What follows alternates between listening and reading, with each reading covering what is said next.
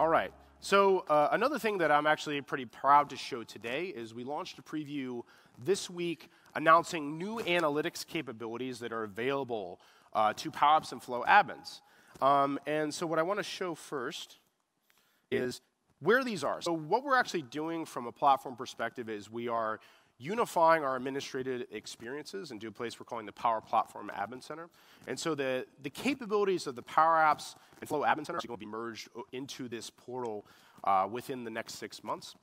And the reason we're doing that is because the platforms for PowerApps, Flow, and Dynamics 365 are all coming together, and we're trying to build kind of one place instead of 3 or 4 different places to go manage all of those apps, manage all of those users, manage all of those licenses. And so as we launch some new capabilities, is what I'm going to show today, we are putting them within this new experience. And so what I want to show here is the new analytics capabilities that we have, and this is available for environment admins.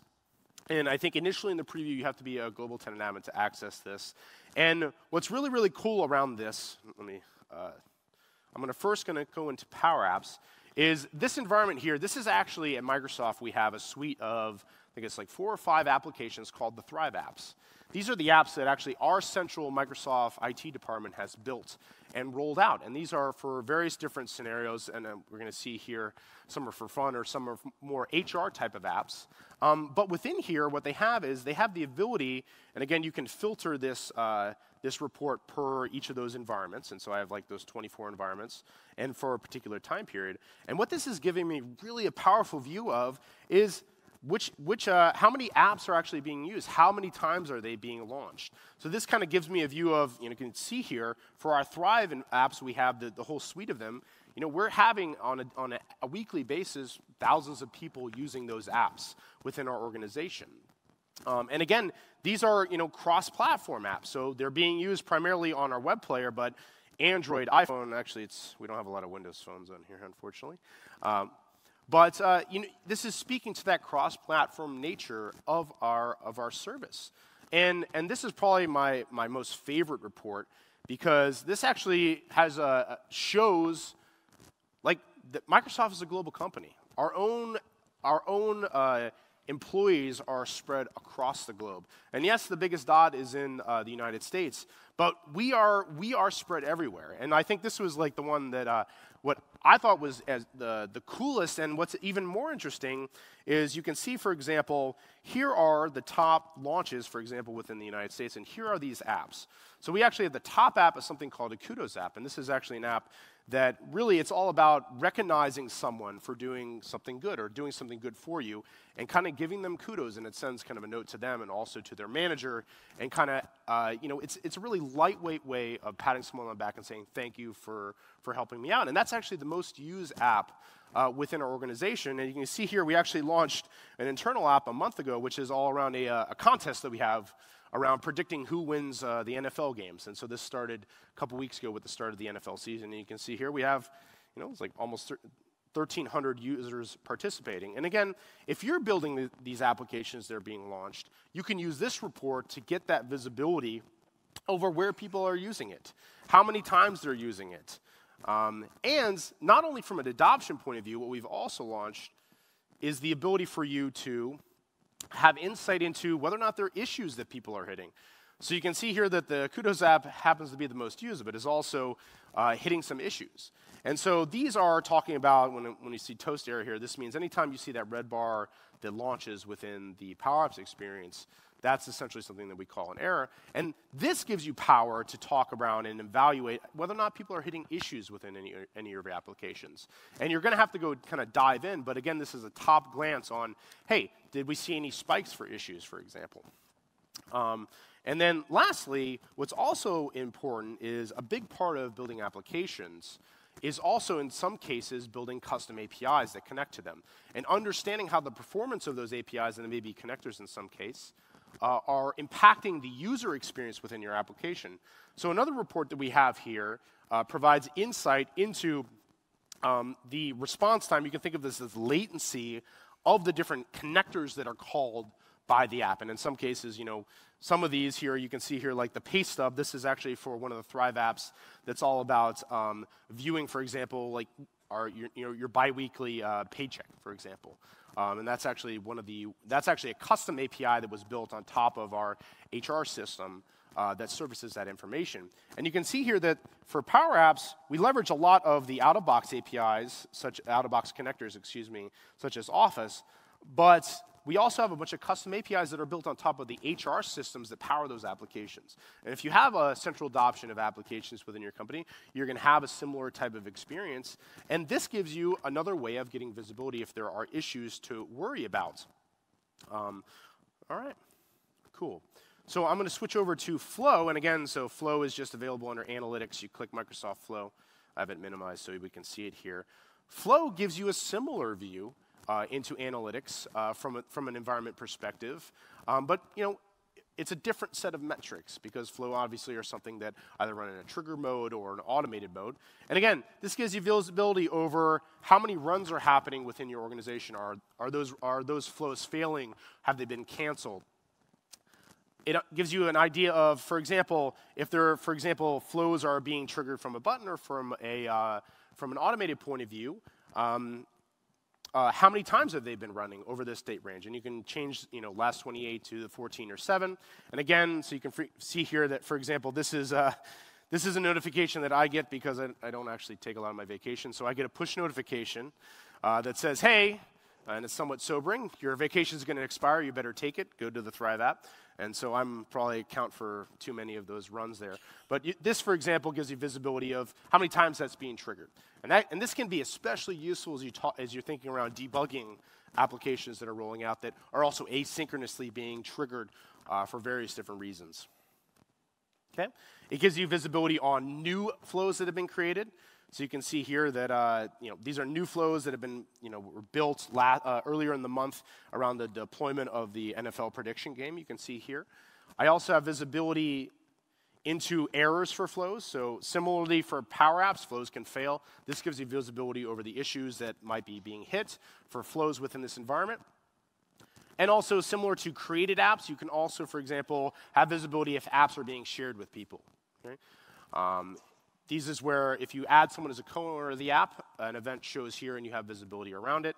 And then similarly and lastly for Flow, you have visibility over the how many and which connectors are being used for the flow. So if you want to understand whether or not people are building an app or flow on top of a particular connector, it might be one that, for example, you've bucketed into a particular category. You can have visibility of that from here. Okay? So just to reiterate, this is now in preview. If you want to go try it out, AKMS/PPAC. If you're a global tenant admin, you can go and try this out right now. It will light up for all of your environments. You can go check it out for the default environment, or if you have a production or development environment right now, go try it out. Again, the initial set of reports we're showing over a maximum of 28 days, show you adoption of those apps and flows, how many times they're running, who's using them, and tries to give you an initial set of reports around if there are issues you have to deal with or performance from an API perspective that you might have to go optimize those apps and flows. Cool. So from a monitoring perspective, what we've talked about so far is audit logging is here for Microsoft Flow. It's coming for PowerApps. It goes into the common activity logging service that's part of Office today. And there's some powerful things you can do on top of that service, and we're going to cover a little bit in that in the next section. Because there's an open API that's documented. If you want visibility over who has accessed PowerApps and Flow, we have a report for that. All you have to do is just go access it. And we have a new set of analytics capabilities that are just the beginning that are all around giving you visibility over the adoption, the usage, the performance of apps and flows within your organization or within the environment that you're working in. Cool. So the last section I want to dig into is, okay, that's all great, James, thanks. You've been rambling for quite a long time now. I understand kind of how I might want to approach security. I understand where I can go to view what people are doing or what people are doing once we've rolled these out for our organization. But then what action can I take? And we've talked about this a little bit today, and I've even showed it a couple times, but the PowerApps and Flow, Microsoft Flow Admin Centers and the Power Platform Admin Center eventually gives you that place, especially if you're a global tenant admin, to manage all the environments within your organization, to manage all the apps, the flows, all those levels of permissions that we talked about, these can all be managed here. You have full visibility and full control over all the environments and those environment resources within your organization. The one thing I do want to call out is that the environment and app management does require a Plan 2 license, but you can try it out today with a PowerApps Plan 2 trial license if you want to just go check it out. Cool. So now what I was talking about is one of the awesome things, and I demoed this at the Business Application Summit. We actually have a couple templates around this in Flow that you can do on those activity logging. And again, it's a public API, and because it's a public API, you can leverage Flow against it. And so what I'm going to show you here is, and I'm literally just going to go through one of the templates, is how you can actually build a flow that can do some really, really powerful things on top of those activity logging events. You know, if anyone created a flow, updated a flow, and eventually for PowerApps, if they created an app, shared an app, added a connection to an app, you can do some very, very powerful workflows and take action on an event that happened within your company using the activity logging that we store. So let's jump in. So what I'm going to do here is I'm just going to go to, this is flow.microsoft.com, and I'm just going to click on templates here. And what you can do here is just search admin. This is the easiest thing for me. And these two here are two sample templates for two of those activity logging events that are present today for Microsoft Flow. And for example, I'll just click on the first one, which is get a list of new flows. And click continue. And I'm just going to show you, and I urge each of you to go try this today. You can set this up within your each of your own tenants. Is all this is doing is setting a date range. I believe it's like the past week or so, or no, just the past day. So it's looking at the past day, and all it's doing is it's calling the, let me see if I can zoom in here. It's just calling the Office service for pulling the create flow event. And again, in our documentation, we kind of call out there's create flow, edit flow. And really what this does is this flow runs once a day. It pulls a day of data. And again, you can have it run as often as you want.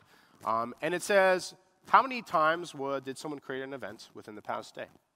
And then what it does is it parses the response. And then actually, this just sends an email with the output. You can see here, this is just crafting the HTML. And ends up just sending an email with the actual flow events that were actually created. And here I can show you a sample of the email that was created. Oops. Let's see here. So you can see here, this, for example, has like a download of all the flows that were created within the past day within my tenant. And it's a really, really powerful way. And again, you can set this up, and this is just talking about one of those events, but any of those events that we emit and all those PowerApps events that we're going to start emitting, you can start doing some very, very powerful things. And again, this is just sending an email, but you can send a push notification. You can take some other type of action. You can have some other type of alert or generate some other type of report. You have all that extensibility and power of Microsoft Flow right at your fingertips. And this is something that actually has existed for, I think about a year since we've had those events flowing. But what I want to talk about next is we have a whole nother level. And we're going to talk about how, what if, for example, if someone created a flow, if I wanted to take a particular action against that flow? What if I wanted to update the permissions of who had access to that flow? What if I wanted to disable that flow? What if I wanted to, I don't know, like, for example, remove the flow entirely, right, after some period, or have an approval process before it was rolled out? So what we're going to talk about kind of in the last section, I'm going to talk around some examples, is how you can action on top of the PowerApps and flows built and actually manage them and build those policies that you want. If you want to have a certain policy around approvals for apps that are built within the default environment, or they only live for a certain period of time, how would you go about doing that? And so what we've done in the past 6 months is we've rolled out two different things that I'm going to talk about today. The first is a set of PowerShell commandlets there's kind of two libraries, one for app creators and one for administrators. And these you can think of is, they give that same level of control that you have within the admin center from a programmatic point of view. So you have full CRUD access, you can think of it, over environments. You got full CRUD access over apps and flows and all of those permissions for them, and also API policies. And from a maker perspective, that's from the administrative library. From an app creator perspective, you have the same level of control, but you're just constrained to the apps and environments that you have access to. So you can think of it as the right-hand category. You have programmatic access over all the environments that you see when you go to admin.powerapps.com. And on the left-hand side, you have programmatic access from a maker perspective over all the apps and flows you go when you go to web.powerapps.com and flow.microsoft.com. And you can do some very, very powerful things with these capabilities. And the link there is to my doc article that kind of outlines all of the many different functions that you see here. There's also a bunch of samples that I think shared out in a couple of blogs. So take a look if you haven't already. And PowerShell is a really, really powerful tool, and especially for admins that already are leveraging it. I know like a lot, you're leveraging it for Office 365, for user, for license management. But one of the key tenets, and I'd say this is really one of the things that we're trying to adopt going forward, is we really want to, and it goes back to one of the things I talked about at the beginning, which is we want to empower administrators to be able to be Power Platform adopters themselves. We want to enable all of you that want to build governance capabilities, policies, on top of the platform, the same platform that people are building on. Because this really is that modern way. It is a new way to build workflows, to solve problems, to build applications. And so what we've done is, this actually already existed for the Microsoft Flow, where they had a management connector, I think, for at least 6 or 12 months now, that provides visibility over flows and permissions within the organization. And now we've rolled this out for all of the Power Platform, for PowerApps and Flow, mind you, excuse me. And what it does is it puts that same level of control that you saw, all those PowerShell commandlet actions, all of the actions within the admin center. You now can leverage those through connectors. You can build apps and flows that give you visibility over the apps within your organization, gives you control over permissions, and control over whether or not those apps and flows continue to be enabled within your organization. And you can start to do some very, very powerful things. And what I want to talk about here is, this is not only kind of me saying this. After the Business Application Summit that we had about 2 months ago, we had a couple companies come in, and we held just a day-long hackathon. And at the time, the management connectors we had were just custom APIs under development. We hadn't really rolled these out yet. And we really were trying to work with them like, hey, how would you use these? What are the right actions to expose here? What are the right ways and the right scenarios that we need to enable? And how would you use this within your organization? And it was, you can see the whiteboard, which is there was the ideas came flowing, and I think think of this as like the same way your business thinks around adopting PowerApps and Flow, and the different applications, the different processes they want to modernize with this platform, and think about taking that similar type of approach from a governance and an administrative point of view. And and here these were the ones that they actually ended up building within a day. And again, there was many more, and these were just the tip of the iceberg. But you can think here, for example, what you really can do is, when apps are created, when flows are created, you can start to take action. You can start to implement the policies and the governance that you want within your organization. If you want to have, for example, a certain duration around how long resources can be kept, or who can create certain types of resources, or for how long and in which environments, you can start to automate that. You can build an app for that. You can build a flow that automates this.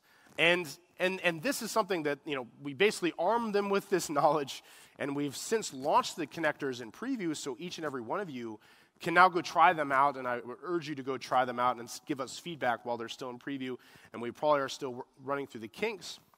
But what I want to do is, in the remaining time that I have, I'm going to show you one of the examples, and I'm going to walk through some examples of the types of apps and flows that you can actually build here. And the example that I'm going to talk about is SNCF. SNCF is a company in France that manages a lot of the country's central railways. And they actually are a huge adopter of the Power Platform. And they're a big company. They're over 16,000 people.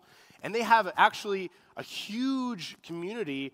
Actually, they have a whole Yammer community of 1,000+ users that are all about building apps and flows. and they have this huge catalog of the different apps and flows that have been built within their organization.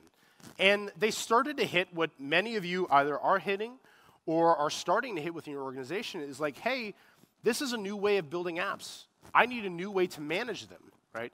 How do I handle the fact that my business is going off and creating all these applications?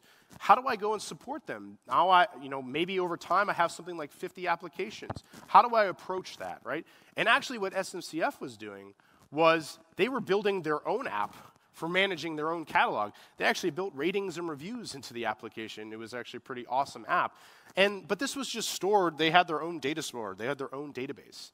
And what we actually, it was really awesome, we were able to bring to them with the Business Application Summit is like, you don't have to build this and have a separate data store. You can light this up on top of the management connector, which, if you have the right privilege, would light up all those applications, would light up information around when they've been created right there. You don't have to have a separate data store around it. And again, and you can see here that they really adopted the approach of, we understand that this is kind of the new way of building. It's more around how do we support, how do we educate, how do we give proper guidance and change management around how these apps should and can be rolled out within their company. And so now, we've armed them with these connectors, and I'm very excited to see over the next 6 months what they and some of the other companies and what all of you start to do with them. So what I want to do for my last section here is jump in and show a little bit around what you can do with them. All right. So first, I'm going to start with PowerApps. And so I've just gone to web.powerapps.com. This is my environment for demo purposes today. And what I'm going to do is I'm going to open up the connector browser app. I already have it opened here. Again, this is just an app that's in preview. And what I want to show you here, hopefully you all can see it, this was actually the app that we used when we were developing the connectors. When they were just custom APIs, and we were trying to test them working within PowerApps and Flow, we built this application. So these are the types of capabilities that you can do. So for example, the Power Platform for Admins connector, and they're broken up into a couple different areas, but this is the connector that will, for example, list all of your environments. It also has the capabilities around API DLP policies as well. But you can see here is that this get admin environment call is able to list all the environments. This is just the gallery that's been bound to the response from that API. And this is the one line that will that you can use when you're building an app or flow to pull in that information. And say, for example, okay, I take my admin functions environment ID here, and say I want to pull the apps for it. And I can go down here for the PowerApps connector. And again, it's the admin PowerApps connector. And I can go and I can just pull all the apps. And again, this is actually pulling all those that same environment that I'm developing in. Here's all of the demo apps and the test apps that we were building. And I can pull that in programmatically. And all I'm doing is binding that to a connector. But then what you can, fine, you can enumerate the stuff. But what's really powerful is you also have full control over all of the permissions within the app. So not only can you do CRUD on the app, you can remove the app if you wanted, you can update it, you can update the owner of the app, but what you can also do is update the role assignments for the application. So what you can do here is, let me just see if I can, where's get admin role, right? So for example here, this is my application. Right now, it's only been shared with one. So when I say app role, this is how many people has the app actually been shared with, right? And so right now, I've only shared it with myself as an owner. But if I had shared it with other people, I can go here, and I can go and I can share my app with someone else. Say, for example, if you want to have permission from an administrative point of view over every app that's been created, you can do that programmatically now. Or, for example, you can unshare apps automatically. If, for example, you don't want to support sharing with your entire tenant within your organization, you can do that programmatically through this capability as well. Because, again, you have full control, but you have full programmatic control over everything from a PowerApps perspective. And the same goes for the Microsoft Flow connector. And also, we have the same capabilities, those same capabilities from a Maker perspective that you saw for PowerShell are also available in the PowerApps for Maker connector. And what an interesting thing that I had one of our internal employees was building an app that was basically running as a dashboard, and it was running all the time. And the app, he needed to know, for example, if an update to his app had been published. because he wanted the app to kind of prompt the user, hey, relaunch the app, because we don't have the capability to kind of take down the app, because the app was kind of always running on a projector within his team room, and it was showing, latest analytics, latest feeds, latest updates, right? And so what he did was he used the connector, and it calls, for example, if there is a version update, you can see get app versions here, if it was a version update to the app, and he would actually have logic within the app that would then prompt the person, hey, new version of my app has been published, relaunch it, right? And so what I would urge all of you to start thinking around is like, what are those scenarios where within my day-to-day as I'm managing this or trying to approach either my development of the app, management of the app, or education or governance or policies around my app, how could I automate that? How could I take that process, something that may be manual today, and automate it, or build a better experience or a lightweight or mobile experience around it using these connectors? And the next scenario that I want to talk about is kind of the evolution of the SNCF app. So what we've actually done here, this is one of the scenarios, you can think of it as build your own admin center. But actually so much more than that, build your own admin center with additional logic. And so all this is doing is this is pulling in all the environments that you saw from that one connector for this environment, which again is my maker functions environment, but I can go and choose my default environment here. It's then going and pulling all of the app information for them. You can see here for the default environment, I have a heck of a lot more apps. I have like over 178 apps for my default environment. But our demo environment here, we have a more manageable set of 6 apps. And it pulls in all of those apps. It pulls in all the app details, understands what custom connectors have been created in here. Again, you can build the experience that you want, but then you can layer visualizations on top of it. You can have all that customization that PowerApps brings to the table that, for example, you can't get kind of out of our admin experience today. And you can start doing some really cool things. You can flag apps, for example, that are leveraging connections that you haven't actually signed off, or connectors that you haven't approved within your security team. You, for example, can, if you want to, flag apps, for example, that are created by someone that hasn't had the requisite training, right? If you're talking about how you roll this out and have proper education within your organization. So again, this is just kind of visualizing it, but again, with PowerApps and Flow, you can automate all of this. You can take action on all of this. And you can start to do some really, really powerful things and build the experience that you want, and again, in the palm of your hand. And I think PowerApps is one really cool thing, but to me, I think where a lot of the applications come today is around Flow. Because Flow is something where, say I have 180 applications within my environment, that's a lot, right?